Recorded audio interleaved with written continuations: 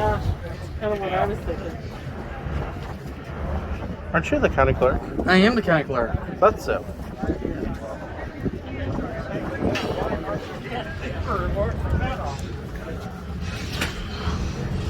Must be a nice day to get out of the courthouse building for once. Yeah, I came over on my lunch break, and kind of just nice to see this. You had to work with Laura Oakman? Yes, I do work with Laura. I'm so sorry. Yep, she's my counterpart for the city. Yeah, she is. She did something recently. Get along to the front office and go together. Okay. She's a great sweetheart. She is. She's a pleasure to work with. Oh, I'll bet. And Jenny was great to work with, too. Yeah. Honestly, everybody in the city is quite easy to work with, and it's very good.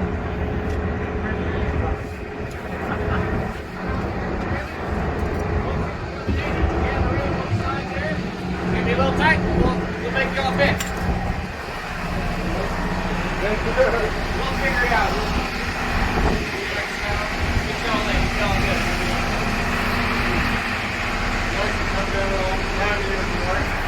Okay. Go ahead. Okay.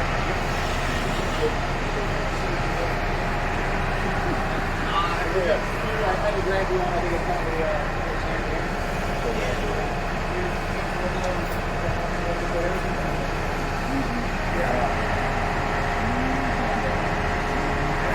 but there is quite a bit. Alright, we'll get started. My name's Jared. I'm the chief engineer on the boat.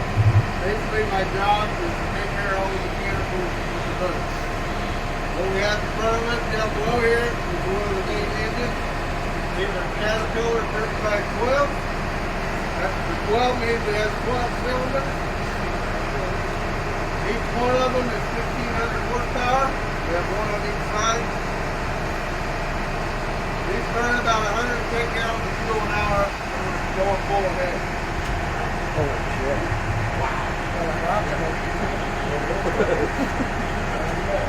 So these hold 175 gallons of engine oil per engine. So your average car probably holds 5-6 quarts of oil. We try to do a service on these every 1,000 hours. Wow. Out on the side of the boat, under the water, we have what we call fuel tools. They're like radiators that are cooled by the river water. That's what cools these engines. These big pipes that you see coming up the middle, that's the exhaust pipe. The reason it's wrapped in insulation is when we're underway, it gets up to 700 degrees. If you look in front of the engine, down below there, there's an air compressor. There's oil on each side. The primary goal for these air compressors is to start this engine up. We have air starters. Behind us through the double doors, you'll hear that's the noise of the generator running. I have 2 John Deere generators on here. We typically run one at a time, and after 24 hours, we'll swap to the other one and do maintenance on the one we shut off. Right now we are running this boat and the barge off this one generator. The back left there through that door is that big window. And it's kind of mine office. In there is a electrical switchboard. That's where you control power going up to the generator. I can sync both generators together and get both power. Also in there is my computer screen that monitors the main engine. During the hot months of summer, July, August, it gets to about 120 degrees in the engine. We do have exhaust fans in the ceiling and a two big fan down below. So when it's hot out, I can get a little hot air up here. Alright, Jared, thank you. We're going to get into the galley, head up to the pilot house, and get the quick hearing. Look at that. So, this first step right here is just a little bit again.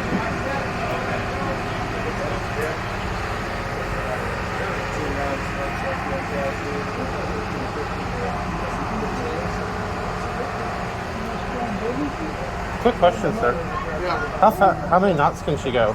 We can go about 12 miles an hour.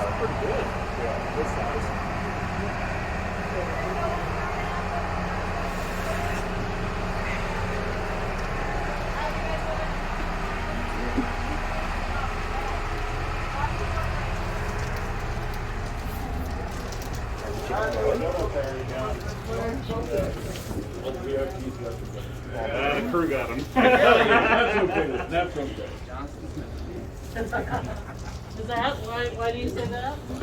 You guys have a nice galley. Yeah. Beautiful.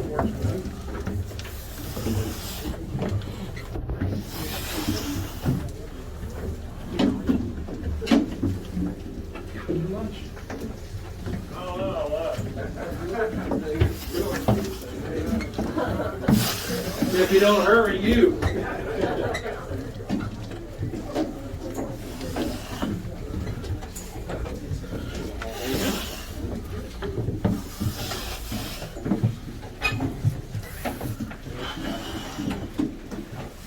I put mine in the fridge.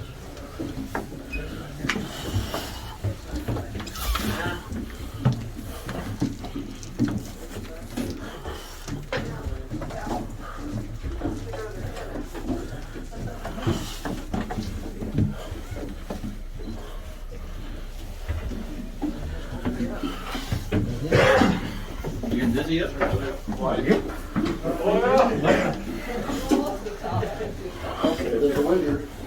Then we gotta go back down. Down is a lot easier. Yeah. Almost. They always say that, don't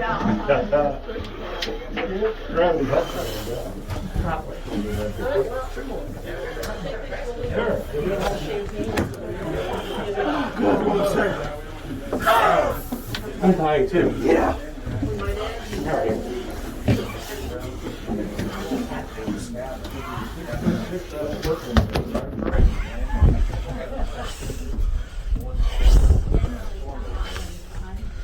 We normally here on this one, we're on about 11 days.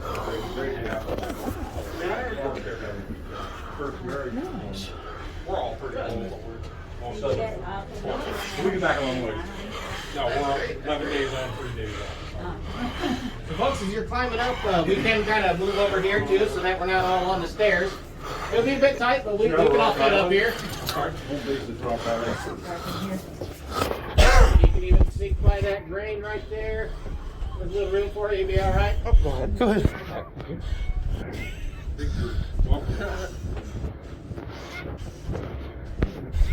Ooh, looks nice and I see one shirt. You were our caboose earlier. All right, you made it, right? Well, I'm Cam Randy, so welcome aboard. Like I said, we'll move along a little quickly. This is pretty typical towboat, twin screw, 3,000 horse. It can handle the crane barge of this, which is designed for, which it handles it real well. Like I said, typical river towboat. These are my steering rudders here for backing up, for steering, going ahead. I got wind indicators up here. I have backup steering systems. In the center is my throttle controls, and the white gauge up there is my swing meter that tells me when I'm turning left or right. It's real handy in the fog. If you happen to get stuck in the fog, I can watch my instruments and still maneuver up and down the river safely. Pretty cool. Yep. The little box over here on the top with the numbers on it, that is 8 and 8, 9 in there, that's the depth of the water underneath us today, where the river's fallen here a little bit, so we're a little less than 17 foot underneath us now. We take 7.5 feet. The next box over is my AIS, automatic identification system. Every towboat on the river has one of those boxes on it now, and they talk to each other, and they share information, and it spits it out on my computer. So this is my electronic river map. This is us right here, and these are the bridges, the lock and dam down here. See what that does, the AIS, see it's talking to this boat down here, so it tells me that I'm stopped here, he's stopped down there waiting for the lock. But if they were underway like this guy here, it'll tell his speed and course and such as that. And if we're moving down the river, then it'll also create a yellow line and tell us exactly where we're going to meet at. So it made us really safe and efficient. So good stuff. And it's all in real time. Yes, sir. Yeah, it's all live. Okay. Yep, up to date and very accurate stuff within about 3 feet. So Oh, nice. it takes all the guesswork out of it. On this boat, and that's not common, the towboats put on here because I have to deal with the crane in the building and such as that. I've got video cameras up here and on the barge too, so it helps me see around everything a little bit. also got radar here. This is kind of an old school thing, the radar. It doesn't have very good picture today because we're so close to the bridges and that I'm getting a lot of feedback from it. It really clears up once you get out in the river. So what that does, I can see boats moving on there, like small boats and such as that. And then on here, I can see where the buoys are supposed to be and everything like that too. So, and then the radar verifies it, so it's kind of redundant. So that keeps you kind of in the middle of the channel. Yes, sir. So does the ship have like an EPIRB, like bigger ships on the water do? No, we don't carry EPIRBs on the river. So is this pretty typical of a towboat? Like if I see somebody pushing a string of barges, is it very similar to this? Very similar to it, yeah. About the same horsepower? Yeah, this is a kind of a medium-sized one. This is 3,000 horse. The biggest boat you see up here is 6,000 horse. Okay. That's the range. Okay. Kind of a rule of thumb is about 200 horsepower per loaded barge. Okay. Yeah. And up here they take 15 barges because they're limited by the lock. Once they get below St. Louis where the last locks and dams are down there, then they double and triple those tows up and take 46 barges to New Orleans. Okay, so, and they'll put bigger boats on them. So we have areas and pilots of St. Louis don't necessarily run below St. Louis. They get a different boat, different crew. That makes sense. They hand them off. Yep. Cap, I think we're about ready to rotate. Yep. All right. Well, I appreciate you guys coming out. Thank you. That was very good. Thank you. I really appreciate it. I don't get a chance like this very often. No, we are happy to do it. I'm glad you guys can come out. Thank you, Cap. Folks, we're going down. this So, travel report, be Captain. careful all the way down. Can you guys get 5G on your news? Yep, we got 5G on here. For the government. Satellite communications too. That's true. Yeah, you are good. When I came down with the barge, I was doing 10 miles an hour, which is pretty cool. 10 miles. Yeah, of course it's going slow.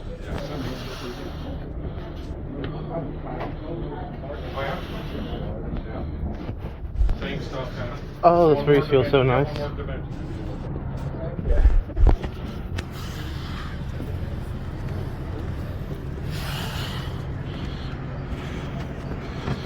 I like the view. It's beautiful.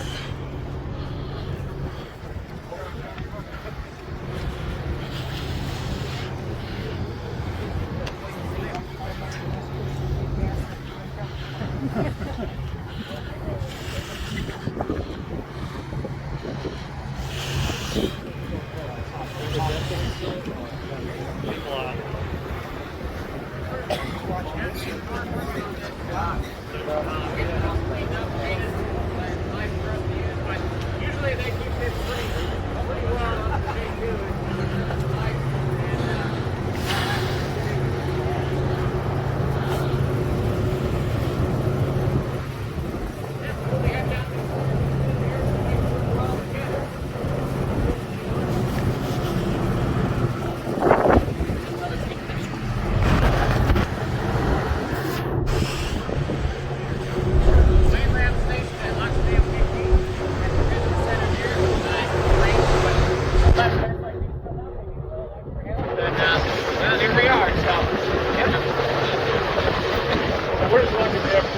Rock Island, Illinois. Yep, right on the Rock Island Arsenal.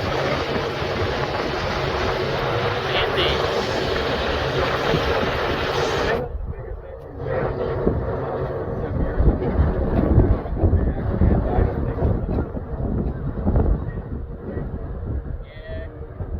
It might have been, and I'm not 100%, it might have been for the motor rest. That usually comes up about every 3 years. And you can go on it and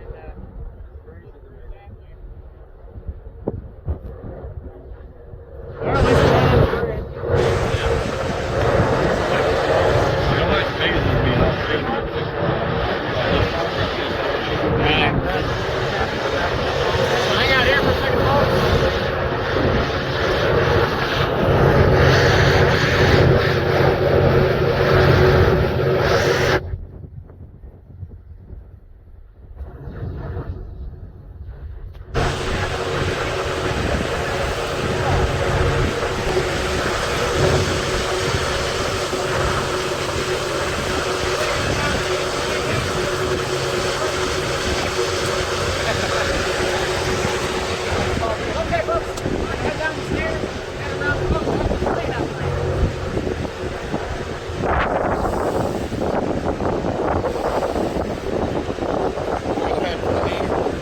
Okay. All right. Gives me a second to enjoy that breeze a little bit more. There you go.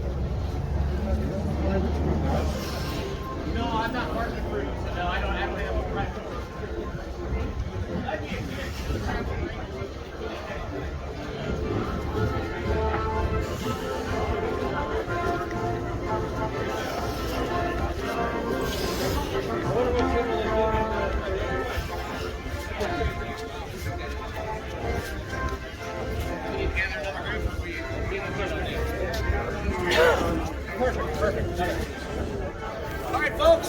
So if you were with me, which most of you were, we're over here by the crane now, and we're gonna chat with the crane operator, Shorty, and Dr. Tony as well. So, and Keith is here, so I'll turn it over to them. How you guys doing today?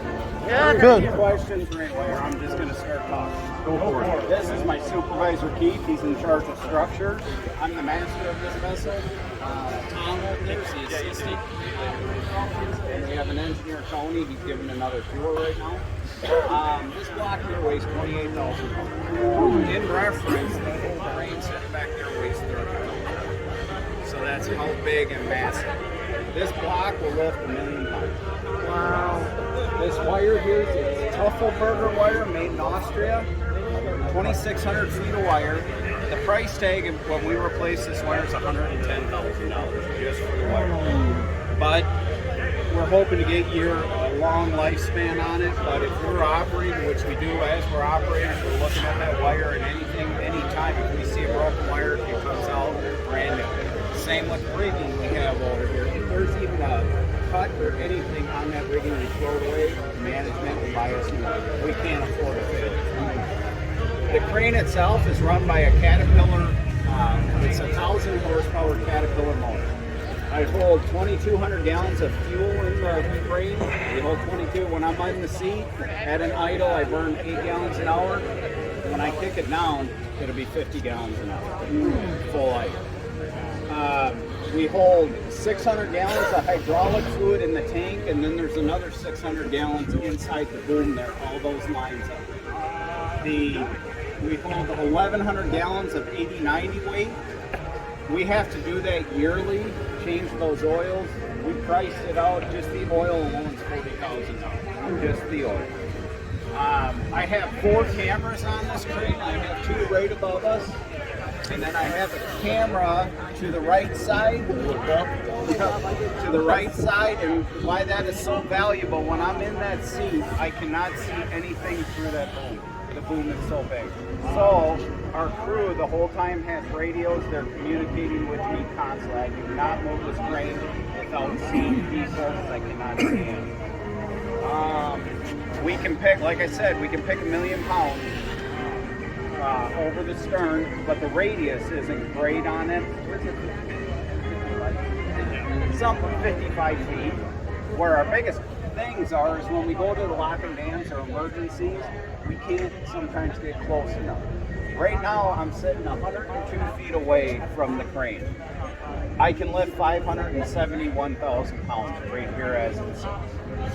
I'm going to give you back over to Keith. He here when it was done on it. So. Anyway, yeah, this thing takes 1 million pounds. Like I said, at a 55-foot radius, it was off the end. It can swing 10 degrees either way. But off the side, this part, big 700 pounds, it's 1,000 pounds out to a 75-foot radius. We could probably set 500,000 pounds in that fountain up there. It's pretty stable. Make the boat tilt. Yes, it does. Yes, it does. So, just ballast to the level like we normally operate every day. Anything up to 600,000 pounds, we do that 7 or 800,000 pounds. We know that prior. So we have a computer right there. We'll enter how much fuel we got, which tank we have it in, all our potable water, oil in tanks. And we got to calculate all that in. And tell us how to pre-ballast the car, which will make it lean before we pitch. Do you take in water though? So we got like 9 ballast tanks around the outside perimeter of this thing, and the whole bottom of it is a 3-foot ballast tank. So if we come to a bridge or something we can't get under, we can almost sink this car.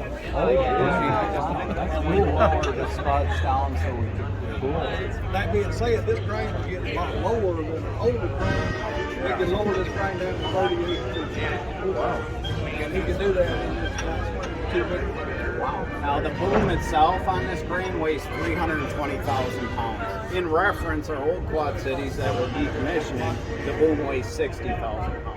That's how massive this crane is. So this crane was built in Houston, Texas. It was knocked up, assembled there, then it was disassembled, and it sat there until the Mars got over there. Then they shipped it all to Morgan City, Louisiana, and that's where it underwent final assembly and load testing. Now when they did the 1 million pound pick, they actually had to go a percentage above that. So it picked 1,118,000 pounds. And that was no bars that was still like 8 foot deep in the water. It was pretty impressive. So they picked that 1,100,000 pounds and held it for X number of minutes. And then they pumped water out of it and got to 780,000 pounds. Went over the side. Now, when it went over the side, this part tilted bad. So the water was almost running on the deck over here. This was almost out of the water. Not only did it lean, Someone's flying a drone. it's pretty amazing to see. But it's all designed to be So does your operating with it, or is it balance itself out on the level? No, it tilts with You tilt too. I have list and trim indicators, gauges out there. It tells me when I swing, we're listed. And then But you're used to doing that. oh yeah, I feel it big time when I grab a gate. When I grab a gate in the lock chamber, this crane redefined how we do gates now. Before, I would grab a gate on this wall. I'll sit over here now. If we have an emergency, I could sit outside the chamber and pick the gate out of it. So we can pick stuff. And like those gates, when I'm out about 100, I'll probably a 2 or 3 degree list. So if y'all are familiar with the lane, the bigger gates you see in the center of the lane, that's a rolling gate. They weigh about 600 grams. If something ever happens to one lane, it'll have to be us.